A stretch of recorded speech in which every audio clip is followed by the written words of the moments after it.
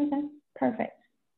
All right, so I guess the first couple of slides are just introductory anyways, so if somebody joins in late, won't be too big of a deal. So can everybody hear me okay? Yeah, okay, cool. So thanks everybody for coming. My name is Mackenzie Fox, and I'm going to be leading us through this Farm to School webinar today. It's intended mostly for growers in Knox, Laurel, Whitley counties, and the surrounding areas. But of course, we're happy to welcome anybody else that is attending today that might be interested in Farm to School in general, or maybe you're interested in our Farm to School project.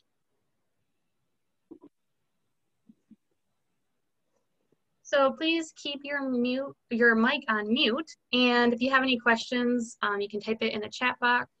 We might have an opportunity at the end for you guys to unmute yourselves and for some discussion. But for now, it's easiest so that everybody can hear me clearly for everybody to have their mic on mute so there's no background noise. And Cindy and I will be monitoring the chat box. So if you have any questions during the presentation, feel free to type those in.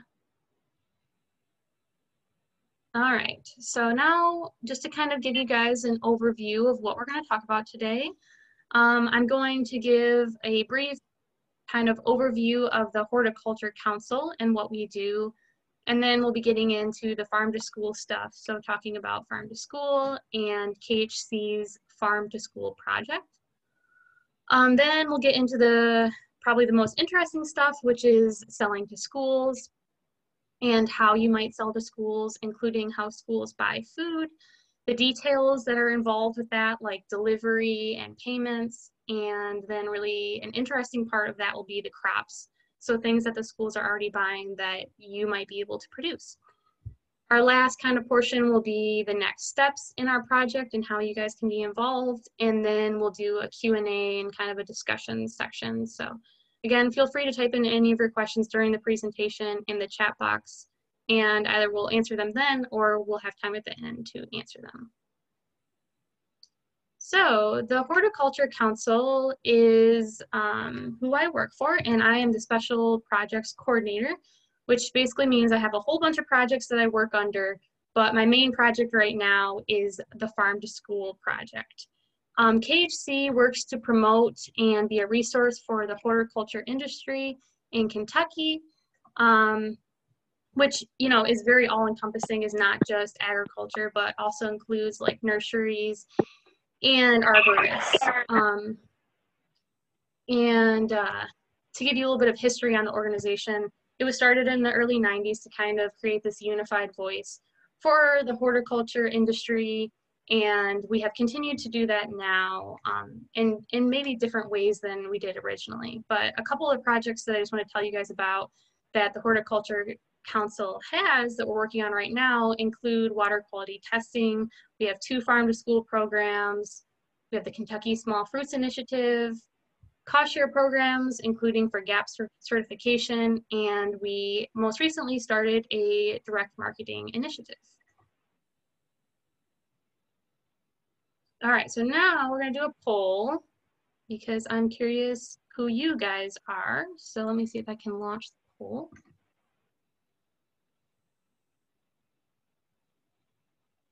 All right, can everybody see that? It should allow you to choose who you are.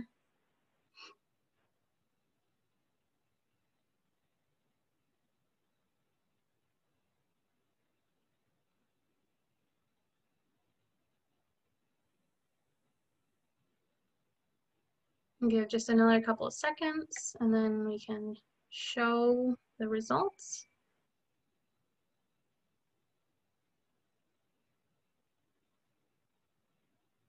All right, can you guys see that now?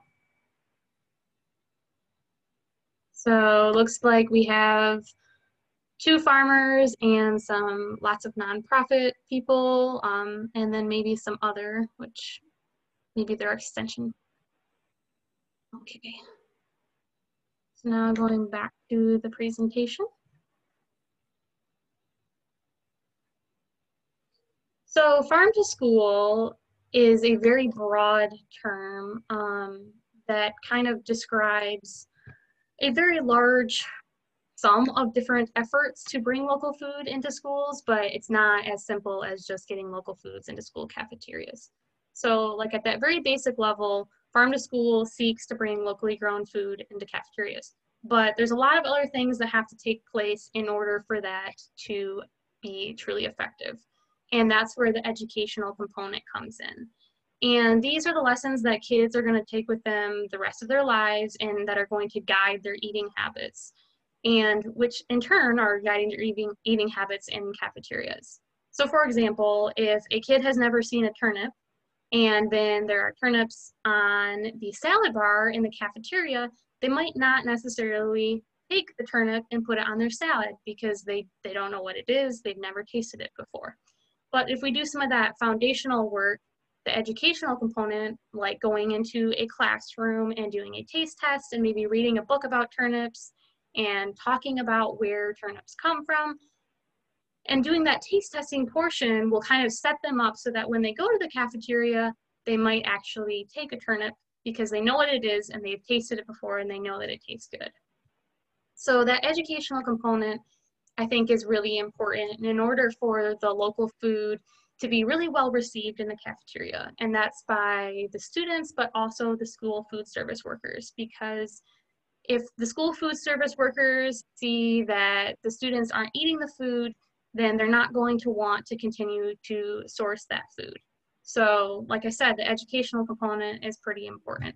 And then building even more on that educational component to really do some hands-on learning would be the school gardens or farm field trips. So the farm field trips would allow the students to learn about where their food is coming from and maybe meet the people that are producing their food. And then even more hands-on would be a school garden, which would allow students to grow their own food, to truly see where it comes from and kind of establish that background to really successfully implement the Farm to School program. So the end goal with Farm to School is to foster this local food movement and promote lifelong healthy eating habits.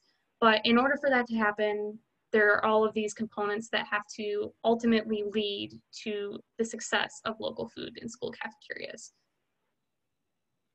Okay. So now we're going to do another poll. And the question now is, which piece of Farm to School are you most interested in?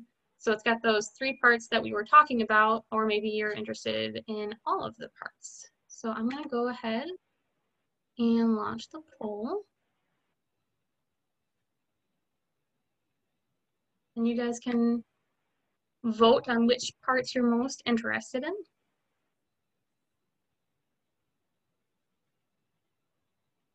Leave it up for another couple of seconds.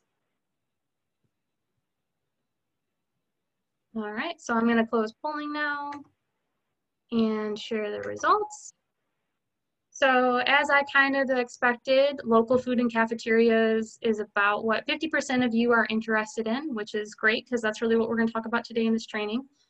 And then we've got some people that are interested in all of them and some that are interested in the educational part. So thank you everybody for participating in the poll.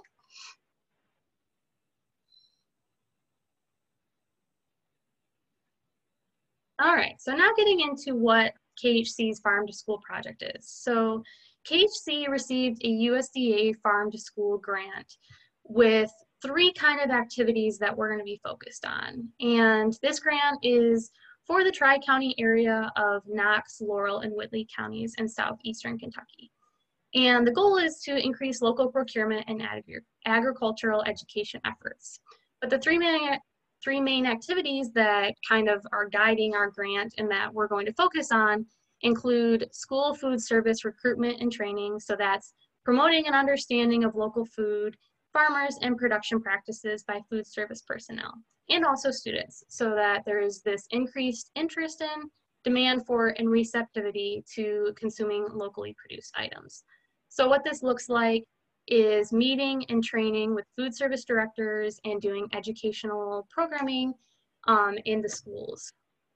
And The second thing that we are kind of focusing on is what we're doing now, which is grower recruitment and training. And that is providing the technical assistance to growers so that you guys can have increased farmer comfort in navigating the school food market and all of the different processes that go into that. And this will not be our only training. We'll be doing some more intensive ones in the future, but this is just kind of our introductory training for this part of our project.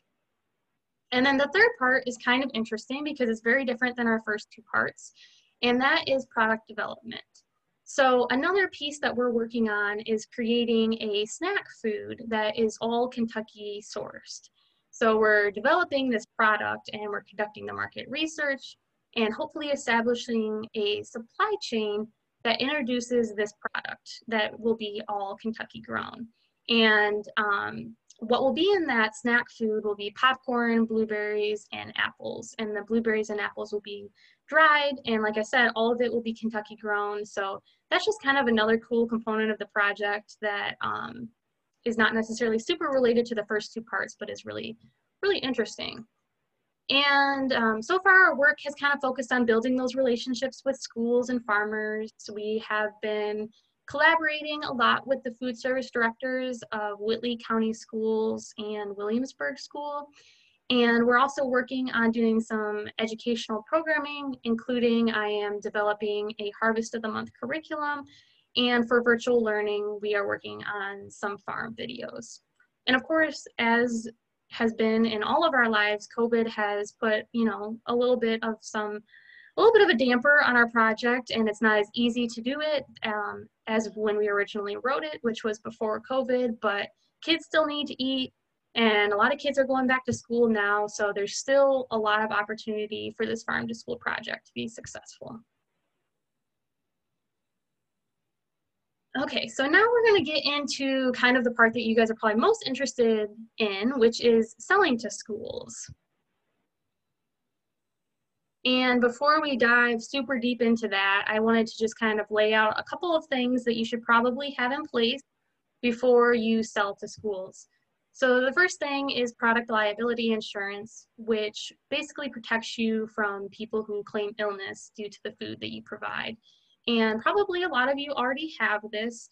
The requirement by schools ranges between $100,000 and $3 million of product liability insurance. But like I said, probably a lot of you already have this because you might already be selling to grocery stores, farmers markets, or restaurants.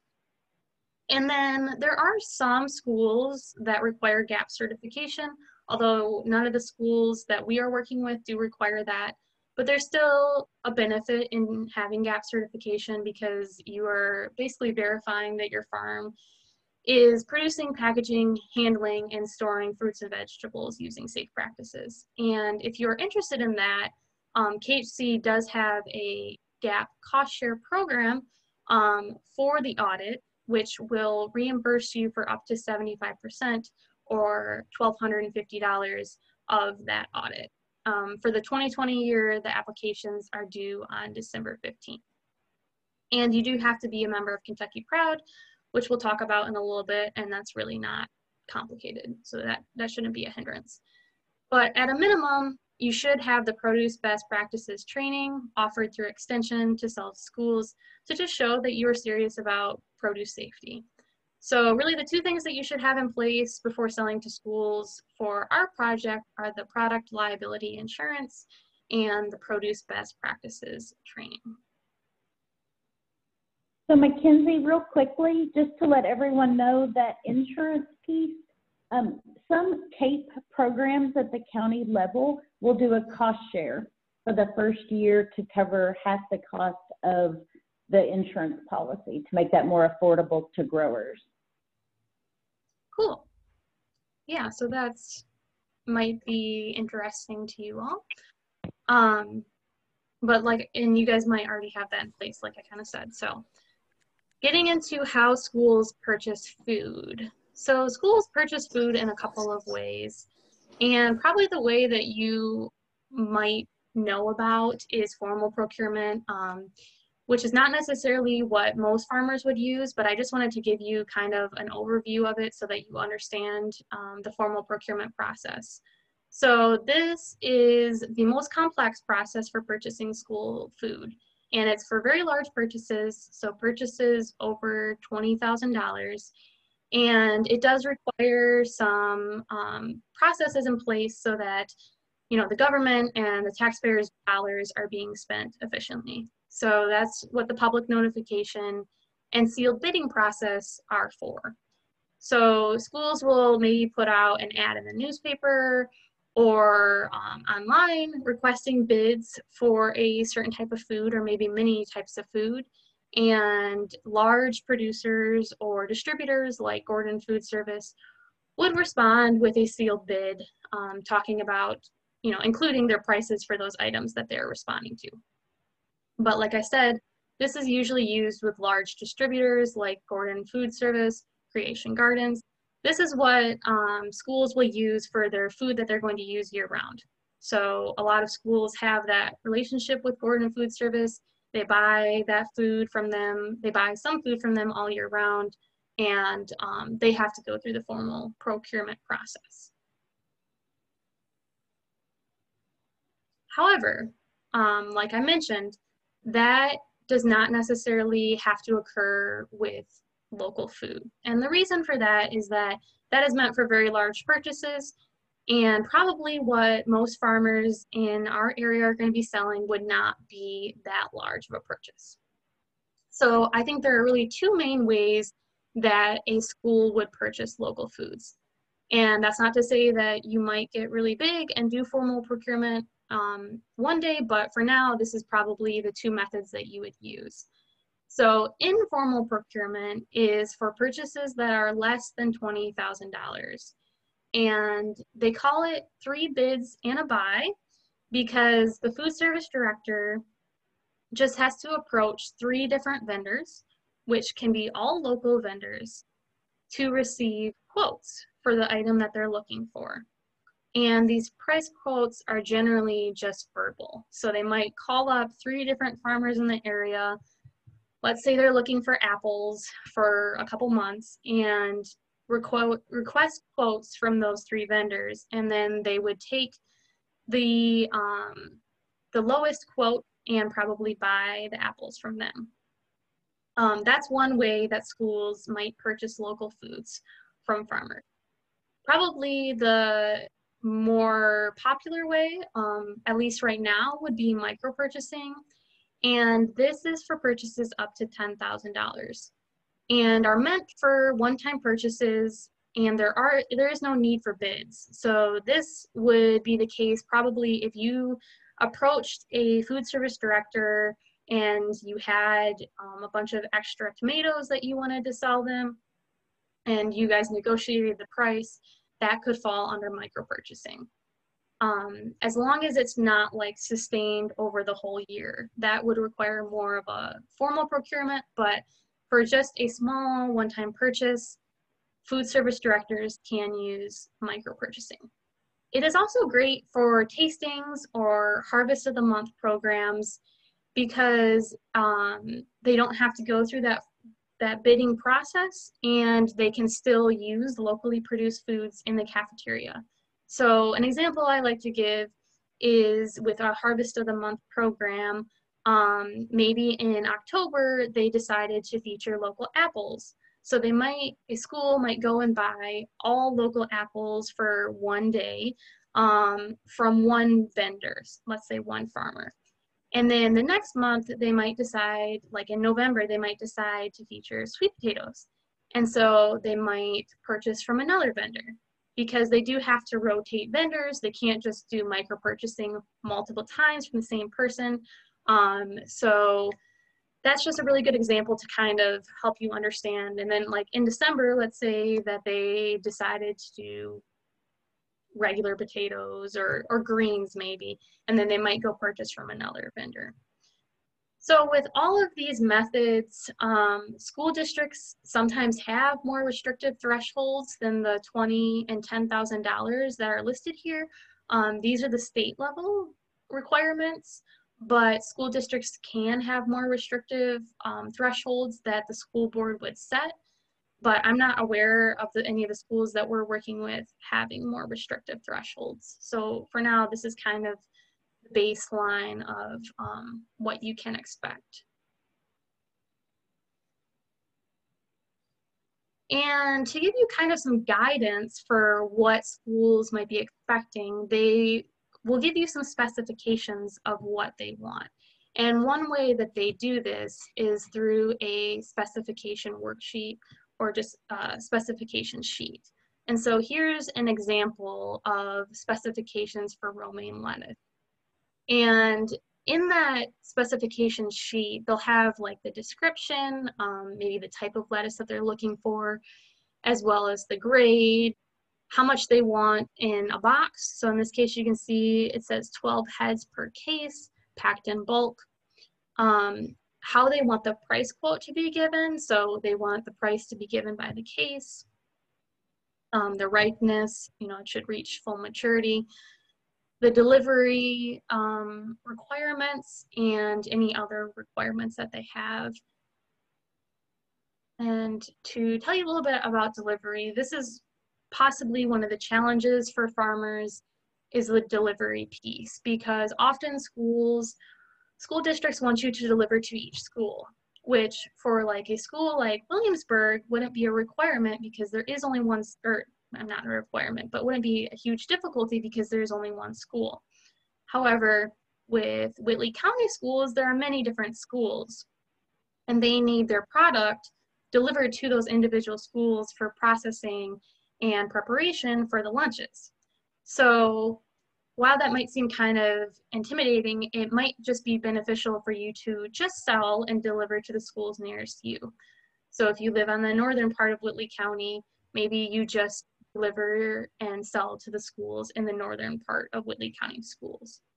And that would kind of prevent you from having to drive all over the county. Not to say that you couldn't, of course the food service directors would be more than happy for you to provide to the different schools. But if delivery is a hindrance to you, then it might be an option for you to sell to just the schools nearest you. And another option too is to coordinate with other farmers to have a drop-off point and one delivery driver. So for example, maybe each week or once a month when you guys are delivering to the schools, you coordinate with other farmers and one farmer delivers the product to the schools rather than everybody driving to the different schools to deliver the product. And then maybe you can rotate vendors or delivery drivers. So rotate who is doing that job. Another piece that's probably a little bit different than what you guys have done in the past, like at farmers markets and with restaurants, is the payment component. So generally you would bring the invoice for the food that you're providing when you deliver the product, but you are not going to be paid right away. And you will be paid, it's just that they have to go through a process in order to get the checks approved and sent out to you. And so payments usually come after the Board of Education meeting. And so depending on what time of the month you are delivering the food, you might have to wait a couple weeks to be paid because the Board of Education meeting might not be for 3 or 4 weeks. But like I said, they will pay you. It's just that you have to have that expectation that you're not necessarily going to be paid immediately.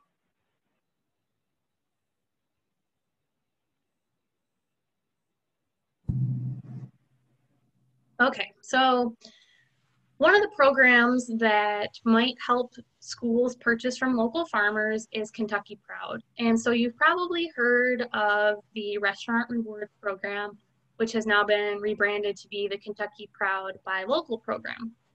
And it actually can be used for schools too. And so that is an incentive for the schools to buy local food because they can receive up to 15% reimbursement, which is really great because maybe local foods might cost a little bit more than the food that they're buying from Gordon Food Service, but to have this 15% reimbursement might make up for the difference of that. So you do have to be a member of Kentucky Proud, which is very easy to do. So if you go to KentuckyProud.com, you'll fill out an application, which will then be approved, and you will be a Kentucky Proud member. So that's just one program that if you are not already a part of it, you probably would want to become a member, not just for selling to schools, but they also do a lot of promotion, and you can use the Kentucky Proud logo, and they have all sorts of different grant opportunities. So certainly look into that if you have not already. And the last piece that I kind of wanted to touch on with the schools is the communication piece. So I think often people don't want to sell to schools because they're afraid that if they're not able to fulfill what they said they were going to be able to provide, that there would be some repercussions.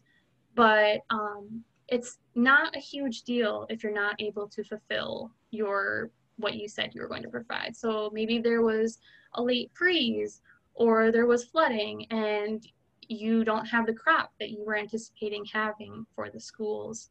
And you might think that that's going to be a major issue, but in reality, it's not as big of a deal as you might think it is, because schools do have their primary vendors like Gordon Food Service that they buy from, and they order from them every week.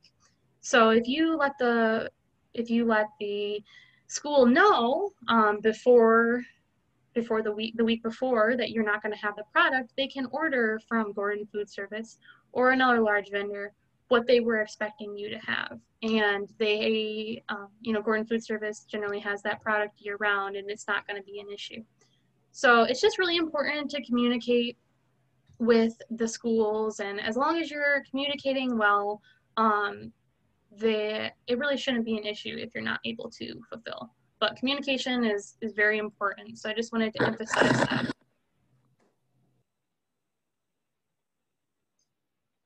So now getting into some of the fun parts. So now we're going to talk about crops, and this will be kind of interactive. So we're going to do another poll. So I have a little quiz for you guys. These vegetables and fruits here are the top 5 fruits and veggies that are used in Whitley County schools. And this is based on data from last school year, so August to March.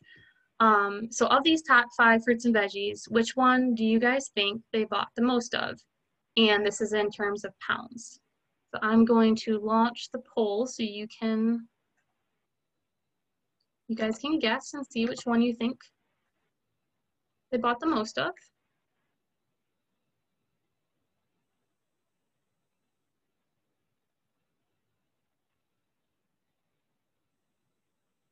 All right, so you guys were close. You should be able to see the results. So it looks like everybody, about 60% of you all thought that apples was the #1 item that they purchased, and then bananas and tomatoes were tied. So let's see, stop sharing results, and let's see what. So it was actually bananas. So in those 7 months, this is August to March, Whitley County schools purchased almost 40,000 pounds of bananas. Apples were about half of that at 18,000 pounds. And then grapes were actually #3 at over 13,000 pounds. And then probably the most interesting to our local farmers would be the cucumbers at 10,000 pounds and tomatoes at almost 6,000 pounds. So this is a really large quantity of vegetables and fruits that they're buying. So there's a lot of opportunity here for our local farmers to sell to schools. So, obviously you guys can't provide bananas to schools, but there are some local friendly products that you could provide, and you're probably already growing them, and the schools are already purchasing them. So that's the perfect combination. So for Whitley County schools, some more numbers to give you guys. Last year, again, from August to March, they purchased over 3,500 heads of lettuce and over 500 pounds of spring salad mix. For cherry tomatoes, they purchased around 2,000 pounds of cherry tomatoes and over 1,000 pounds of grape tomatoes. I already told you about the cucumbers, them purchasing around 10,000 pounds of cucumbers. They purchased around 4,000 pounds of broccoli and 1,700 pounds of cauliflower and around 5,000 pounds of carrots. And I didn't put onion on there, but they did purchase over 1,000 pounds of onion. So all of this to say that it's not just cucumbers and tomatoes that the schools want and are using that you guys can provide. There's so much opportunity here for you to provide vegetables that you are already growing to the schools. And the other school that I mentioned that we have been working with is Williamsburg Schools.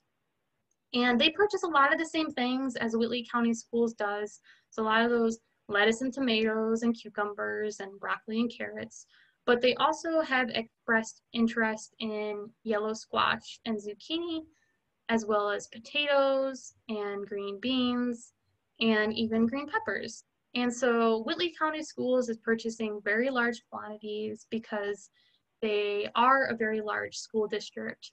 But maybe you might not be able to provide to Whitley County Schools, but Williamsburg is much smaller and purchases things on a much smaller scale. So there are opportunities for growers of all sizes to partake in Farm to School. So if I haven't already convinced you that selling to schools is a good thing for our local farmers, then hopefully this slide will help convince you. So one of the things that you probably have already understood through me talking about selling to schools is that school cafeterias are a huge purchaser of food in the state. In fact, they're the largest food service provider in the state. And they purchase and serve over 130 million meals per year, which means millions of dollars are being spent on school lunches. And so there's so much opportunity for local farmers to tap into that because there is such large amounts of food being purchased. Another kind of benefit of selling to schools is that they are a reliable market in the sense that they often serve year-round. So a lot of schools have summer feeding programs, and they can predict what they're going to serve pretty efficiently and effectively because they have been serving students for many years, and so they know their numbers and how much they're going to need, and in a fairly accurately manner. And so both of those kind of help you to have a reliable market, which might diversify who you're selling to and have this market that you know will purchase from you and will purchase things that they're going to use, and they might not be as unreliable as like restaurants, for example, where restaurants like right now due to COVID, restaurants might be purchasing a lot less food than they were before. Another kind of benefit, which might not be as much of a benefit to you but might be important to you, is that you have the opportunity to provide students and children with nutritious food. And that's really important to me, is that kids are eating healthy food that is fueling their bodies.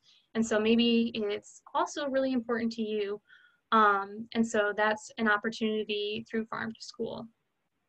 And lastly, you have an opportunity to educate our youth on agriculture. And so I'm sure you guys know that a lot of people don't know where their food comes from, and they have this disconnect between their food that they're eating and where it actually is being sourced from. They don't know where their food is coming from. So through Farm to School, so through selling to schools, but also doing that educational component, you have an opportunity to help create that understanding of where food is coming from.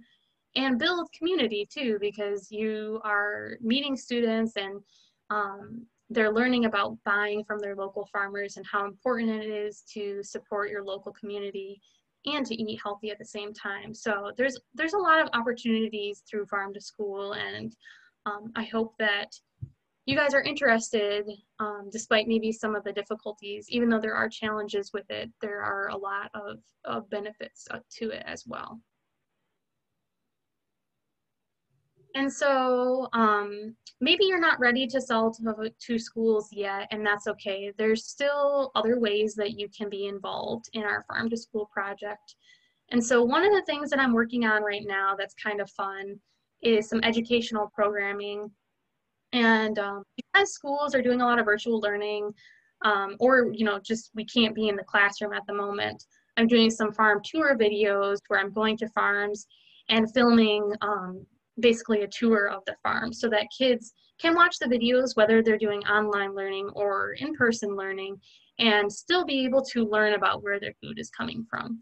And so if you are interested in having your farm participate in a video, you can feel free to email me or contact me, and I will have our contact information in a couple slides. And in the future, we are of course hoping that we will be able to host some farm tours or classroom visits where the farmers might be able to go into the class and talk about the food that they produce, or even the cafeteria if a farmer is providing for a Harvest of the Month program in the cafeteria. Maybe the farmer gets to go into the cafeteria and actually sit with the kids and tell them about the food that they're eating.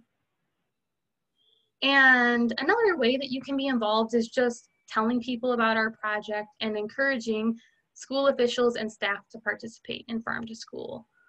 Because we really need to build that community buy-in in order for the Farm to School project and just Farm to School in general to be really successful.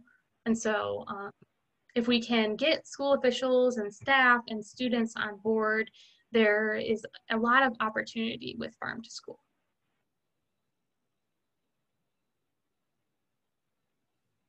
So for our next steps, I have some things here that you can do, and also some things that we as KHC will be doing.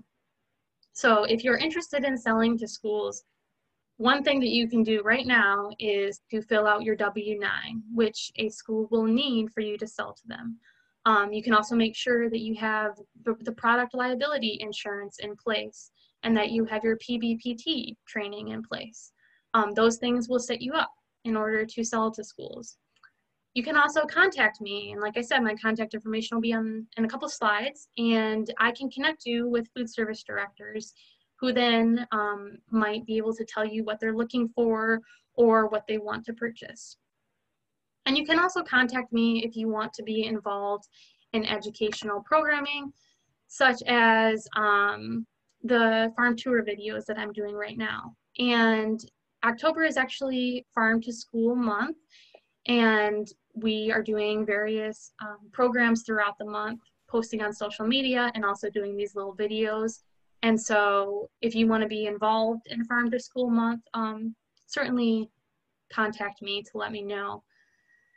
And then KHC, so our Farm to School grant is 2 years long, and we will be hosting many different trainings throughout that time on topics other than just this general topic of Farm to School, but hopefully some more specific topics to help you sell to schools. And probably within the next few months, we're hoping to host some grower and food service director meetups so that we can bring everybody together so they can meet and discuss the needs and opportunities that exist in the schools. So KHC will also be connecting growers with food service directors. So like I said, if you want to be connected, feel free to contact us. And I'm going to continue creating some educational programming for schools. So not just those farm videos, but a big piece that I'm working on right now is curriculum, a Harvest of the Month program, which brings an educational component into the classroom and also kind of highlights a food in the cafeteria. And the idea is that just, we can get people on board to hopefully do this once a month, where the cafeterias will source and feature a locally grown item, and that educational component will be done in the classroom to really set it up so that that would be successful.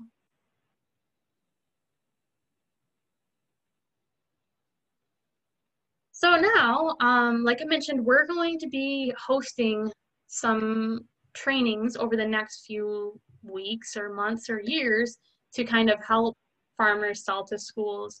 So I'm just curious if anybody wants to unmute themselves and talk about what you think would be beneficial, or you can also type in the chat box. These are a couple ideas of some trainings that we thought might be useful, but I want to open it up and see if anybody else has some ideas for what might be useful to help you guys sell to schools.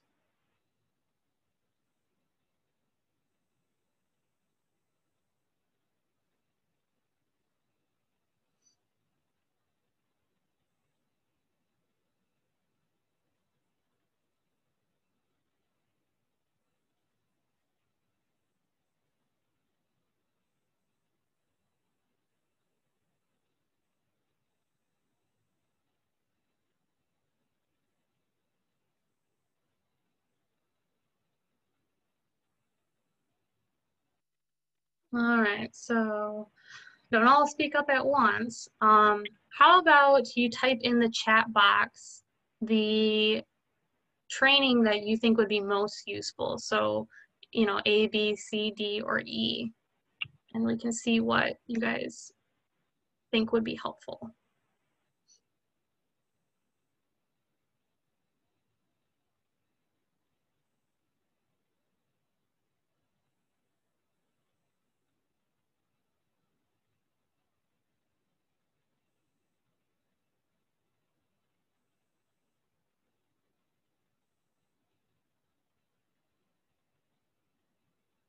So Patricia says it would be good to know what crops schools are most interested in buying. Arthur says post-harvest handling, and Paul and Courtney say enterprise budgets. Andrew says production planning and crop-specific recommendations. Nobody's taken us up on food safety. That's such an exciting topic.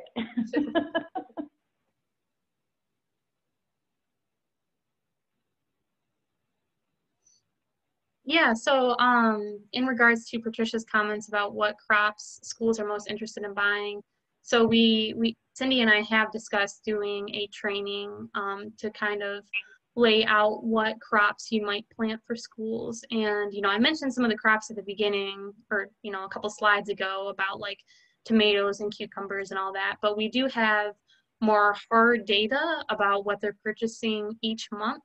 And so I think that could be really helpful to you guys so that you would know what to grow and when. And we can do a lot of that like production planning piece.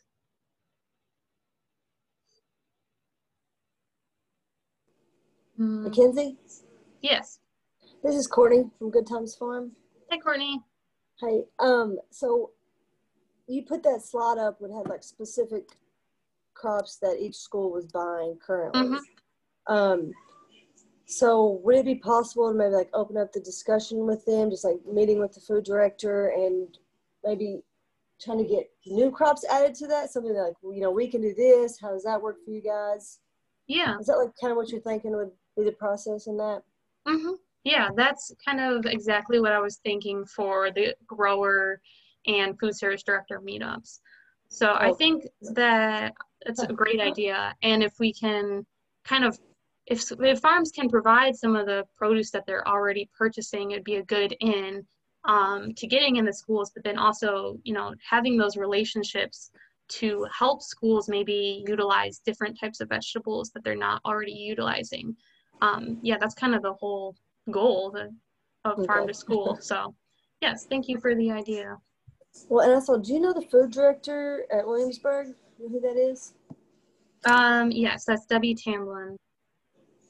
We have met with her, and she's the one that suggested the yellow squash and zucchini and that whole list right there that I have up in the. Okay. Yeah. We might have missed those slides in the beginning. I don't know if you already said that. Yeah, I don't have her name up there, but do you see the slide that it's on right now with the Williamsburg City School, and it has the. Yeah. But hopefully through like the grower meetups with the food service directors, we can start to build those relationships. And like you said, maybe suggest some other vegetables that they could use as well. And both of these schools, the Whitley County schools and the Williamsburg City School, are both very interested in purchasing locally grown produce and enthusiastic. And that's really important, obviously, to have produce in the schools that is locally grown, because a lot of schools use processed food, so the food might already come prepared, and they might just have to heat it up. And both of these school food service directors are willing to do, you know, produce that is not processed, produce that you guys might bring to them. So these are the two schools that I've established a relationship with so far, and I think that there are a lot of opportunities with both of them. Mackenzie, I'm gonna have to get off here for another meeting. I'm gonna pick up the evening session later this week. But this is a tri-county venture, isn't it? So are Knox County schools and Laurel County schools part of it? Yes, that would be the hope.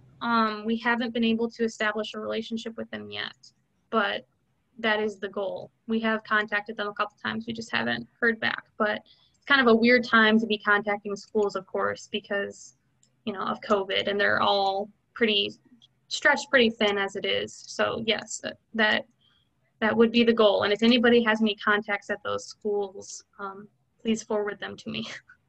I work for Berea College now, but I'm based at Linkamp Schools in Knox County, and I've been in Knox County for about 30 years. So I will I will get with you later, and I'll get you some contacts on that. Yeah, that would be great. Thank you, Arthur. Okay. I'll catch you. When's the other meeting is? What day this week? So that's going to be the same training, but it's just another day and time to kind of help people have a different opportunity. But that'll be on Thursday at 6 p.m. Okay. We'll be sending out the Zoom information for that tomorrow if you signed up for that. Okay. Thank you very much. Yep. Thanks, Arthur. All right, let's go back to that slide. So Lori says that the Laurel County Food Service Director is brand new. Yeah, we have got her contact information, the new food service directors. And okay, Christy Van Noordstrand. Yep, that is who we contacted. And looks like Savannah said enterprise budgets would be helpful for farmers, could be useful to be aware of costs associated with F2S compared to selling through the farmers market or a CSA. All right, cool. Do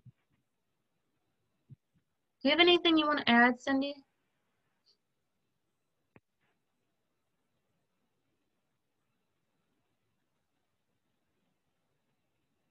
I'm thinking. I'm not on mute.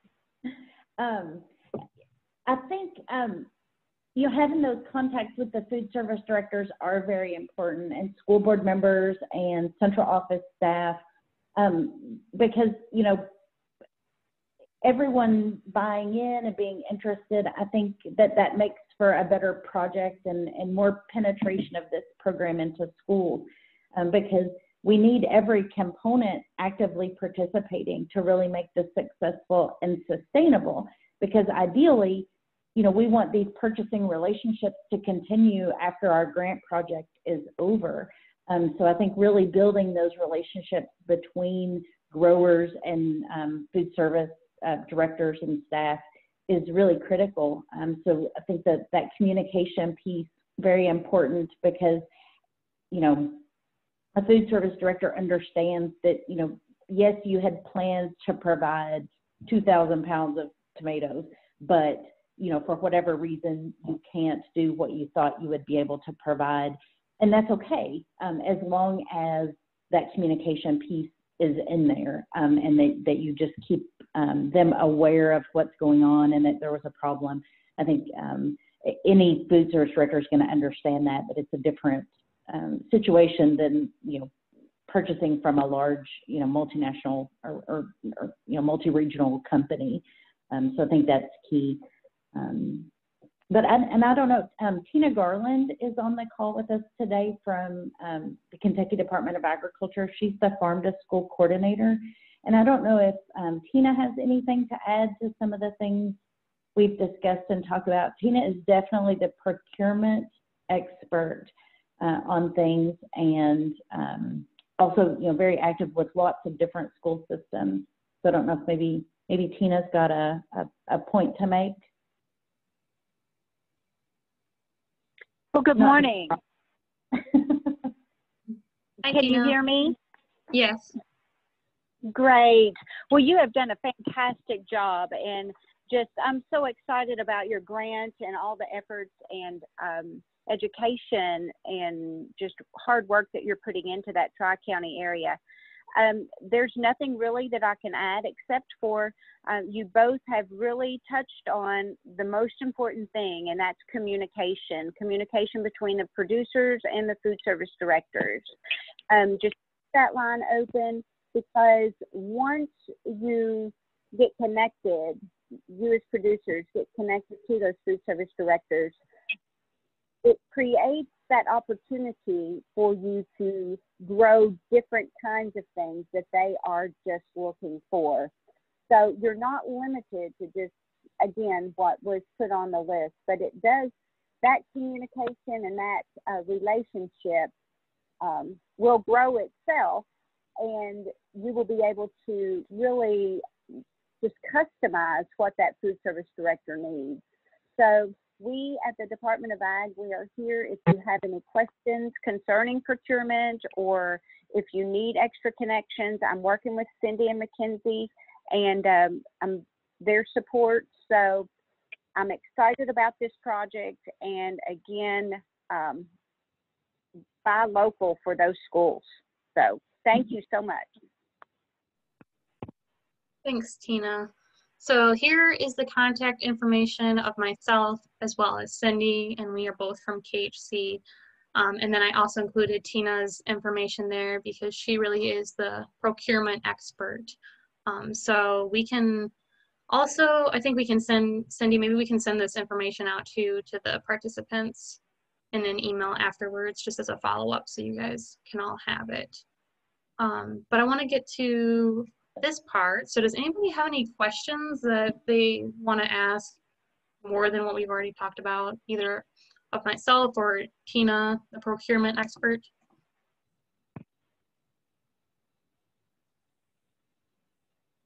Or really just any, you know, anything you want to share, like comments or ideas that you have. Anything is great for right now.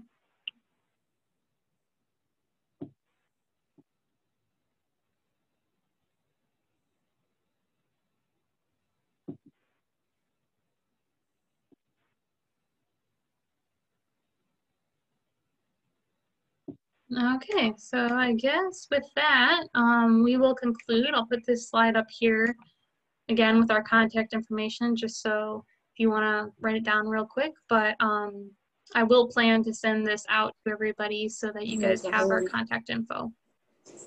Mackenzie? Yes. Okay. So we were wondering, like, when would be a good time to start this process? Like now? Yeah. You know. Right. So really now is the time to be planning for next year, you know, next spring and even next fall. And so making those connections, I'm hoping to do the meetup with the food service directors within like the next few months, this fall. But you can start thinking about it now. And I mean, you can be involved certainly in the educational efforts right now, because I'm already working on that. But yeah, that should be fun. But yes, definitely be thinking about selling to schools for next spring and next fall.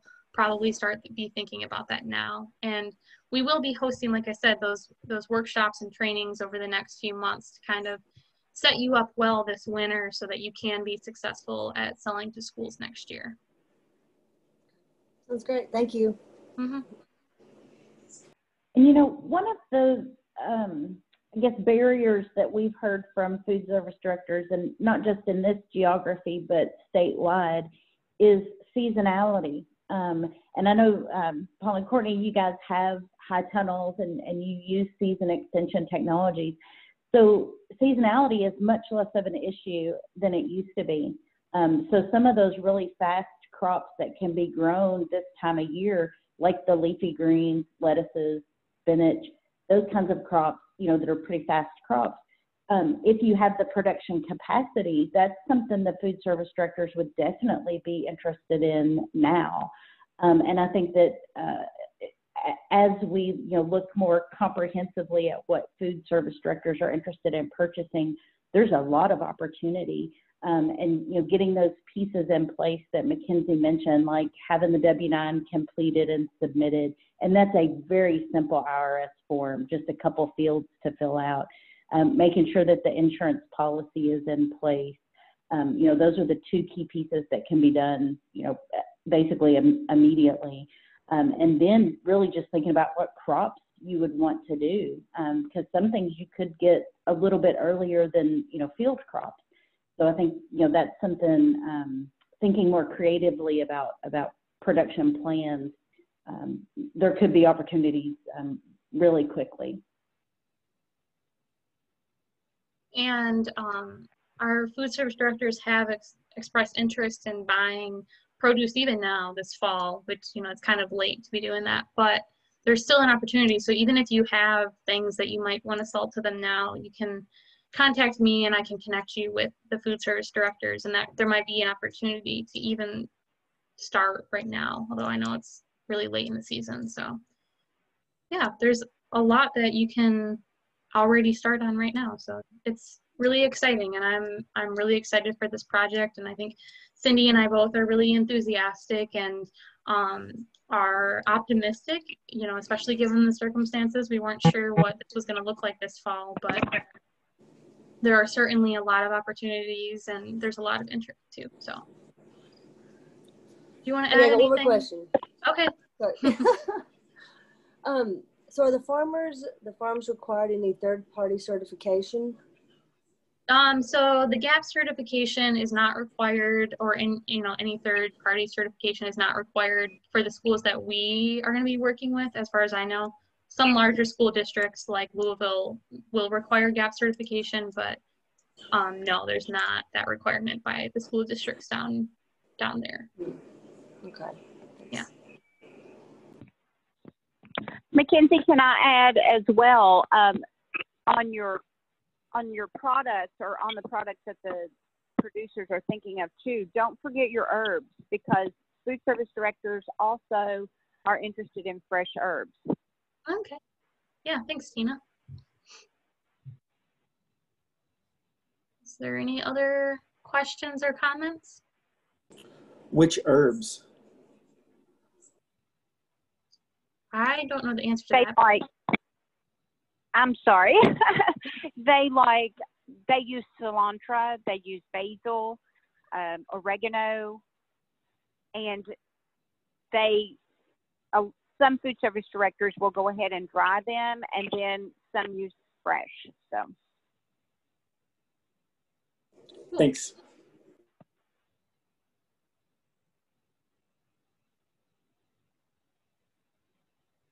Okay, so is there anything else, Cindy? No, I don't think so. This has been a great webinar. Thanks, Mackenzie. Yeah, thanks everybody for attending, and we will certainly be in contact over the next few months, and we'll continue to delve deeper into selling to schools. So with that, thanks everybody, and I look forward to working with you all in the future.